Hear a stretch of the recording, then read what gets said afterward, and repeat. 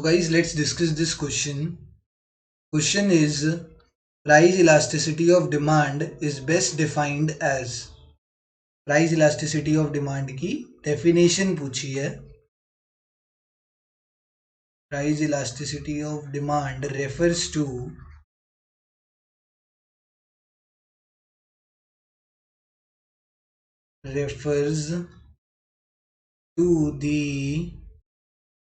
the degree of responsiveness.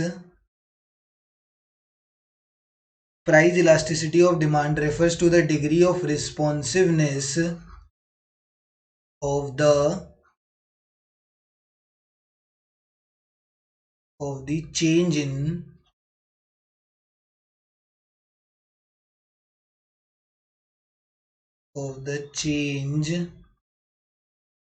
in demand of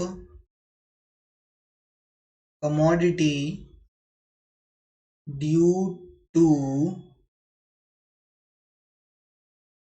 refers to the degree of responsiveness of the change in demand of the commodity due to change in its price. Simple भाषा में बोले अगर तो ये बोलना चाहता है कि प्राइस इलास्टिसिटी ऑफ डिमांड क्या होता है कि उसके प्राइस में वेरिएशन आने की वजह से जो उसके डिमांड में चेंज आता है, कितने डिग्री का चेंज आता है कि प्राइस हल्का सा फर्क हुआ, प्राइस में हल्का सा फर्क आया एंड डिमांड में बहुत ज़्यादा वेरिएशन आ गया. प्राइस में हल्का सा वेरिएशन आया तो डिमांड में उससे भी कम वेरिएशन आया. इस टाइप की जो उसकी रिस्पॉन्सिवनेस किस डिग्री की है, हाईली रिस्पॉन्सिव है या लो रिस्पॉन्सिव डिमांड है कि ज़्यादा रिस्पॉन्ड नहीं कर रही, प्राइस से उसे कोई फर्क नहीं पड़ रहा. अगर प्राइस से फर्क नहीं पड़ता तो इनइलास्टिक डिमांड बोलते हैं. ठीक है, डिग्री के ऊपर ही डिपेंड करता है. अगर प्राइस से ज़्यादा फर्क नहीं पड़ रहा मतलब क्या है, लो रिस्पॉन्सिव है, तब इनइलास्टिक डिमांड होती है. बट अगर हाईली रिस्पॉन्सिव है, बहुत ही ज़्यादा हाईली रिस्पॉन्सिव है कि हल्का सा भी प्राइस में फ़र्क आया तो उसकी डिमांड में ज़मीन आसमान का फ़र्क आ जाता है, मतलब डिमांड इतनी ज़्यादा वेरी कर जाती है, देन उसको इलास्टिक डिमांड बोला जाता है. अब यहाँ पर हमसे प्राइस इलास्टिसिटी ऑफ डिमांड की डेफिनेशन तो बता दी मैंने. ऑप्शन में देखते हैं कौन सी मैच कर रही है. Change in taste and preferences बिल्कुल गलत. Change in demand when income of the consumer increases गलत. The rate of response of demand to change in its price मिल गया आंसर. द रेट मतलब रेट का मतलब डिग्री हो गया. The rate of responsiveness of demand due to change in its price. Option number 3 is the correct answer to this question.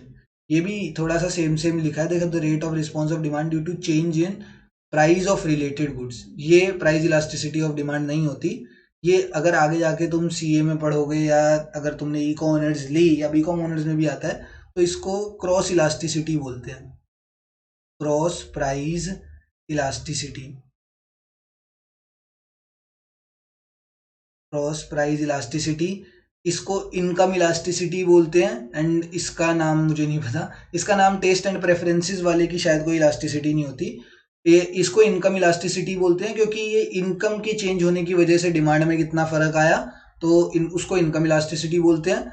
Other goods में change होने की वजह से जो प्राइस को उसमें चेंज आया, अदर गुड्स की वजह से, प्राइस ऑफ रिलेटेड गुड्स में चेंज होने की वजह से जो डिमांड में फर्क आया उसको बोलते हैं क्रॉस प्राइस इलास्टिसिटी. हमें ना ही क्रॉस प्राइस इलास्टिसिटी पढ़ना है हमारे 12th के कोर्स में और 11th के कोर्स में, ना ही हमें इनकम इलास्टिसिटी पढ़ना है, तो टेंशन मत लो. हमें सिर्फ एक ही पढ़ना है कि हमारी डिमांड में जो फर्क आया due to change in its price.